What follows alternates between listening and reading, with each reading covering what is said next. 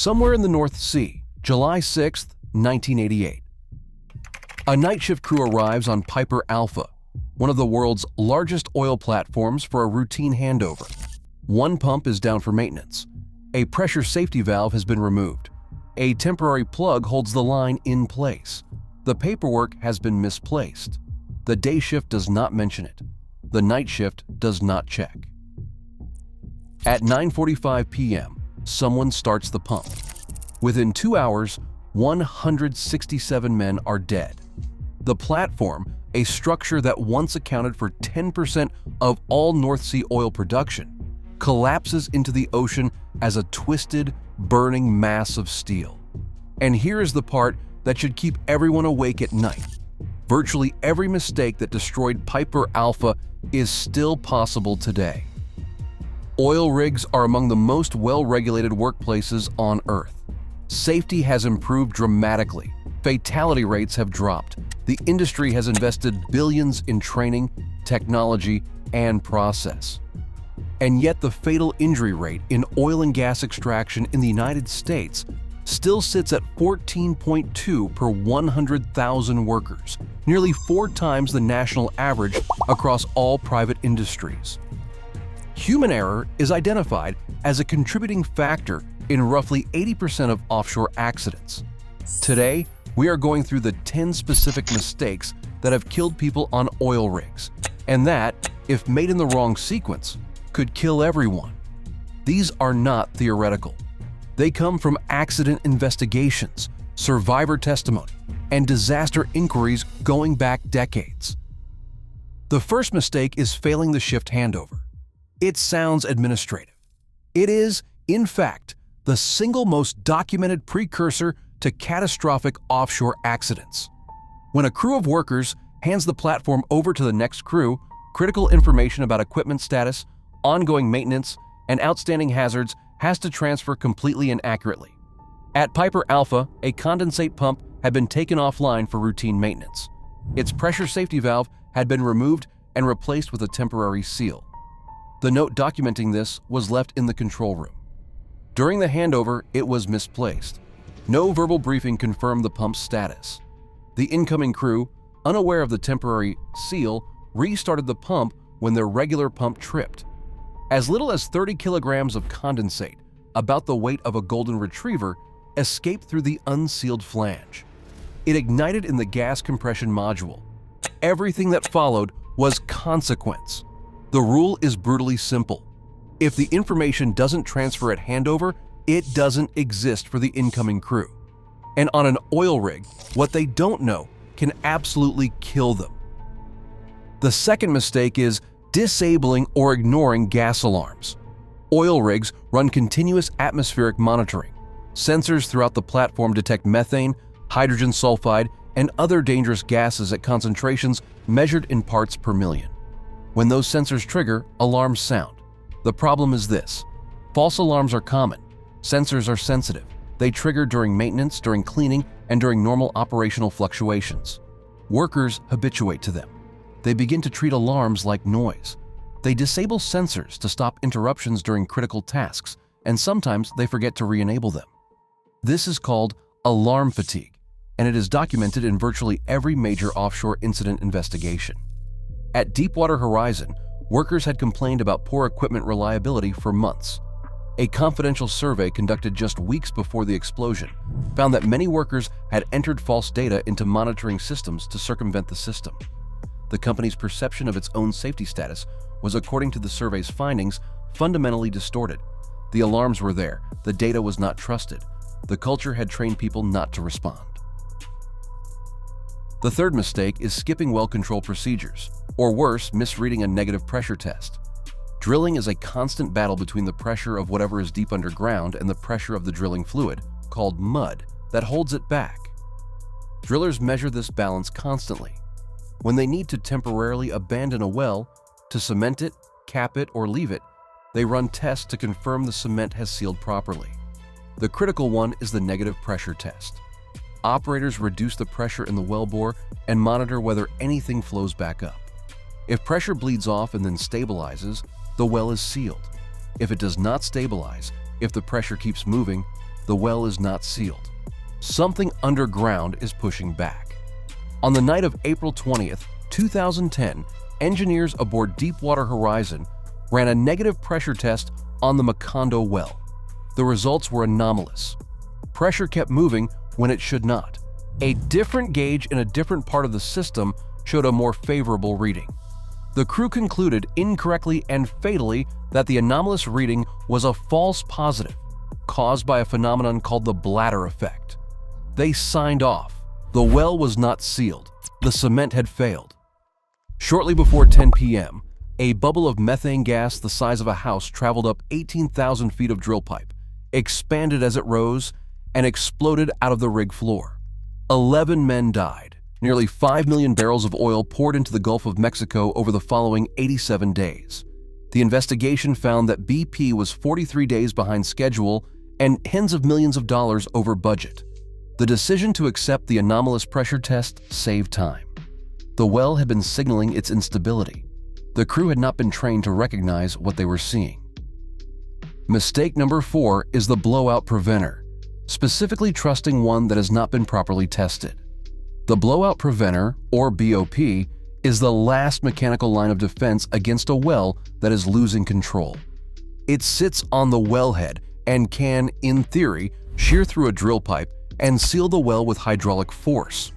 On a deep water rig, it is a piece of equipment the size of a double-decker bus sitting on the ocean floor, managed remotely, expected to function perfectly the moment everything else has already gone wrong. Federal regulations require pressure testing a BOP every 14 days. The BOP on Deepwater Horizon had not received a formal inspection since 2005, 5 years before the accident. In March 2010, it was damaged in an accident that went unreported. The specific failure mechanism, drill pipe that buckled under the blowout pressure and prevented the shear ram from fully closing, was not a scenario that had been anticipated in the BOP design specifications. When the crew tried to activate it remotely on the night of April 20th, the device failed to seal the well. The BOP is the system that is supposed to save everyone when every other system has failed. If it has not been maintained, tested, and designed for the actual conditions it might face, it is not a safety device. It is a false promise. Mistake number 5 is permit to work violations. On a live oil rig, almost any maintenance task, especially anything involving cutting, grinding, welding, or opening pressurized lines, requires a formal written permit. The permit to work system exists because a rig is full of flammable gas, high-pressure systems, and workers performing tasks that could create ignition sources. The permit documents what work is happening, where, at what time, what hazards have been isolated, and who is responsible. It is the coordination system that prevents one crew from cutting a pipe that another crew has not depressurized yet. At Piper Alpha, the permit to work system had known failures. An internal review completed less than a year before the disaster identified problems with both permit procedures and shift handovers. The opportunity to correct them was not taken. When the explosion occurred, nobody in the platform's management team survived to give testimony to the inquiry. Hot work, welding, grinding, burning, done without a valid permit is one of the most frequently cited violations in offshore incident investigations. A single spark in the wrong location, near the wrong piece of equipment, can do what every blowout preventer and fire suppression system is designed to prevent. Drop a comment below. If you have ever worked in an environment where safety paperwork felt like a formality rather than protection, because that perception that these procedures are bureaucratic overhead rather than life-critical systems is its own category of hazard. Mistake number 6 is fatigue. Workers on oil rigs run 12-hour shifts, back-to-back, 7 days a week, for rotations lasting anywhere from 14 to 28 days. By the end of a long hitch, many are in a state of cumulative sleep deficit that research compares to being legally intoxicated. Reaction time slows. Short-term memory degrades. Workers miss cues they would normally catch. Decision-making under pressure becomes less reliable. Complex tasks that require sustained attention get done on autopilot. A study published in BMJ found that offshore rotation workers experience measurably poorer sleep quality throughout both the on and off phases of their rotation. The fatigue is not just a hitch problem. It travels home with them and back again. On a rig, the fatigued worker is reading pressure gauges, making well-controlled decisions, and doing maintenance on equipment that, if mishandled, can kill everybody nearby. One documented case involved an offshore technician who, after weeks of 80-hour rotations, missed a critical alarm during a routine task. Investigators later identified the near miss as a psychological rather than a technical failure. The equipment worked. The human monitoring it did not. Mistake number 7 is hydrogen sulfide and failing to respect it.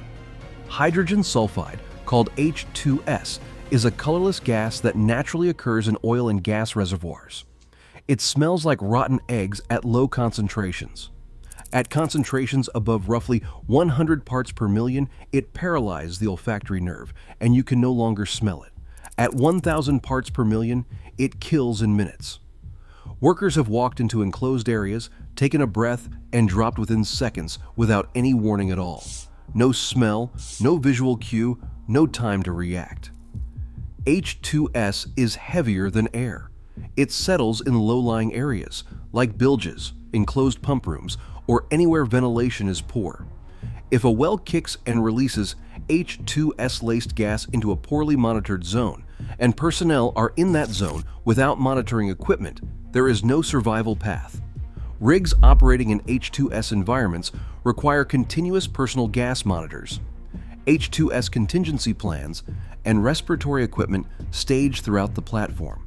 Workers who disable personal monitors because the alarm is annoying, or who enter enclosed spaces without checking for atmospheric hazards, remove the only barrier between themselves and an invisible death. Mistake number 8 is violations of lockout tagout procedures. Lockout tagout, called LOTO in the industry, is the procedure for safely isolating equipment before maintenance begins. A worker attaches a physical lock to the energy source of a pump, valve, or piece of machinery, preventing anyone else from re-energizing that equipment while the maintenance worker's body or hands are inside it. The lock is personal. The key is personal. Nobody else can remove it. The system works when everyone follows it. It fails catastrophically when it is bypassed for convenience. When a supervisor decides to start a pump without checking whether anyone is in the line, or when a worker assumes the equipment has been isolated without verifying it themselves. 3 of every 5 on-site fatalities in oil and gas extraction involve struck by, caught in, or caught between hazards. Many of those involve machinery that re-energized when someone was still inside it. Violations of lockout-tagout procedures are among the most commonly cited OSHA infractions across all energy industries. They are also among the most preventable. The lock exists. The procedure exists. The only thing required is for someone to follow it. Mistake number 9 is the culture of silence, or more precisely, the culture where workers fear reporting problems. This one is systemic, and it is more dangerous than any single technical failure because it is the precondition that allows every other mistake to go unaddressed. On rigs where production pressure is intense, where workers feel they will be labeled troublemakers for raising concerns, where reporting an incident might cost them their job or their rotation, hazards accumulate silently. The confidential survey of Deepwater Horizon workers, conducted by Transocean just weeks before the explosion, found that workers were concerned about safety but feared reprisals if they reported mistakes. They entered false data. They had seen drilling priorities consistently take precedence over maintenance. They knew things were wrong and did not feel safe saying so. The company's own survey confirmed this. The survey did not change operations on the rig, in an environment where a single valve left unsealed can kill 167 people. The worker on the floor who notices something unusual is the last line of defense. If that worker has been trained, explicitly or implicitly, to stay quiet, the system has no eyes. And mistake number 10 is the most dangerous of all. It synthesizes everything that came before it. The assumption that the platform's firefighting and emergency systems will function when they are needed most. Piper. Alpha had fire pumps capable of delivering significant volumes of water to fight any blaze on the platform. On the night of the disaster, those pumps had been switched to manual operation as a precaution to protect divers who had recently been in the water near the pump intakes. It was a reasonable decision, and it had been made weeks before the fire. Nobody switched the pumps back to automatic before the explosion, and nobody could reach them during the fire. The pumps never ran. The accommodation block, where the crew had mustered for safety, was not designed to withstand the intense heat of a sustained gas jet fire. 81 men sheltered inside it. When the block slid into the sea, none survived. Emergency systems are designed for situations that feel, before they happen, unlikely. But the entire reason they exist is that unlikely things happen. A suppression system that has been switched to manual and left there. A fire barrier that was not retrofitted when the rig's function changed. An evacuation procedure that assumed an organized response that a catastrophic explosion makes impossible. These are not failures of intent, they are failures of follow-through. And on an offshore platform at night, 120 miles from shore, follow-through is the only thing that stands between a manageable incident and total loss. The oil industry has learned hard lessons from Piper Alpha, Deepwater Horizon, the Alexander Keelan capsizing, and the Ocean Ranger sinking in a storm off Newfoundland. Regulations have been strengthened. Safety management systems have improved.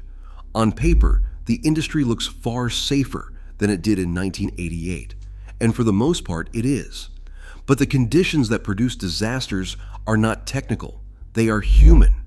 Complacency, production pressure, communication breakdown, alarm fatigue, a supervisor who decides one step can be skipped this once, a note left in a control room during shift change, a blowout preventer that has not been tested since 2005, a culture where the worker who notices something wrong believes saying so will cost him his job.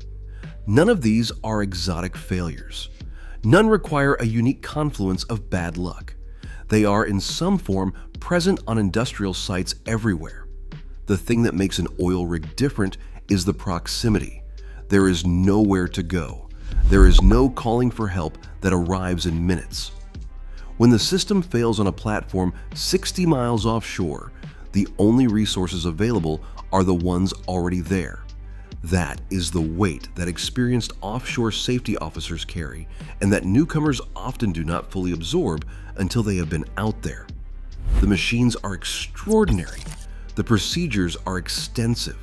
And a misplaced note during a shift change can still, in the right sequence, kill everyone on board. If this kind of deep dive into how complex systems fail is the kind of content you want more of, subscribe and ring the bell so you do not miss the next one. And if you work in the industry or know someone who does, share this. These stories deserve more than an entry in an accident database.